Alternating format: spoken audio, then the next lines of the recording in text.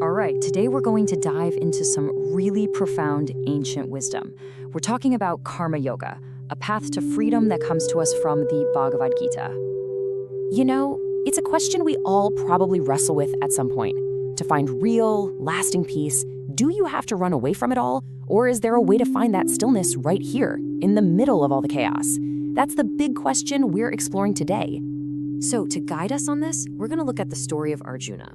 He's this great warrior, but he's standing on a battlefield, completely paralyzed with confusion. Honestly, he represents all of us when we're at a huge crossroads, just feeling totally lost about what to do next. So, what does he do? He turns to his guide, Krishna, and he asks this incredibly direct question. He basically sees two options. One, just give up, renounce everything and go live in a cave, basically.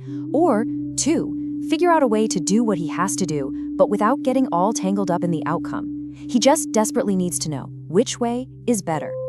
And Krishna's answer, well, it's probably not what you'd expect. It totally cuts through a lot of conventional spiritual ideas and gives us a path to freedom that's powerful and, honestly, a lot more practical for most of us. Okay, so let's break this down. Krishna is crystal clear here. He says, look, both paths can get you to liberation, but, and this is the absolute key, he says the path of selfless action, karma yoga, is superior. Why? Because just walking away from the world doesn't mean you've walked away from your own mind. All those anxieties, those attachments, yep, they pack their bags and come right along with you. And that leads to the big aha moment. The action itself is never the problem. The problem is our attachment to the results. It's when our ego, our sense of self-worth, gets all tied up in whether we succeed or fail, whether we get praised or criticized. That's where the suffering comes from. So this completely redefines what it means to be free, right? It's not about escaping your life. It's about transforming your relationship to your life. Real freedom is an inside job. It's something you build within yourself, no matter what's going on outside. And this right here is the practice of karma yoga. It's this amazing spiritual discipline where you dive into life. You do your work, you handle your responsibilities, but you do it without being chained to the outcome. You just do the thing, and you let the results go. So what does a person who's actually mastered this look like? Well, their mind is steady.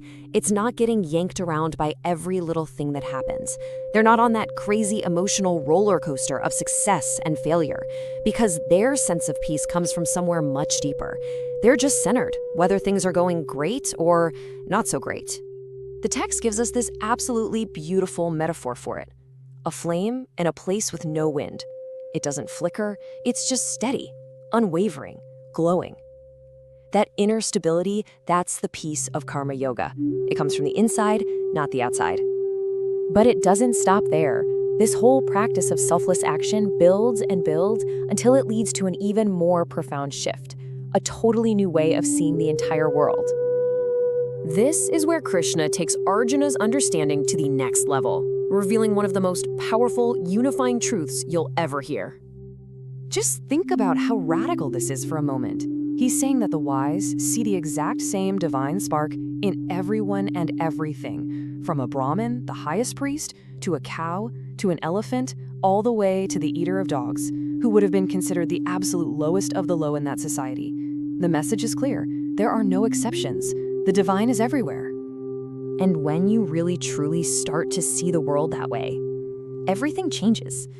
I mean, how can you hold on to hate for someone when you see a divine spark in them? How can you feel superior or afraid? All those negative emotions, they just start to dissolve. Okay, so this is an incredible philosophy, but the real question is, how do we actually use this in our hectic modern lives? Let's try to boil this down into something we can actually do. First things first, just remember the main point. You don't need to run away from your life. You just need to run away from your attachment to how you think things are supposed to turn out. So the whole path can really be summed up in these 3 steps. Number 1, work with devotion. That means pour your whole self into what you're doing, just for the love of doing it. 2, live with awareness. Be present, pay attention. And 3, this is the big one, surrender the results. Do your absolute best, and then just let it go. So that brings me to a final question for you. A little challenge, really, because this isn't just theory, it's a practice. What's one thing, just one small action that you can do today with your full focus while completely letting go of what happens next? Because that one little act, that's where the path to freedom really begins.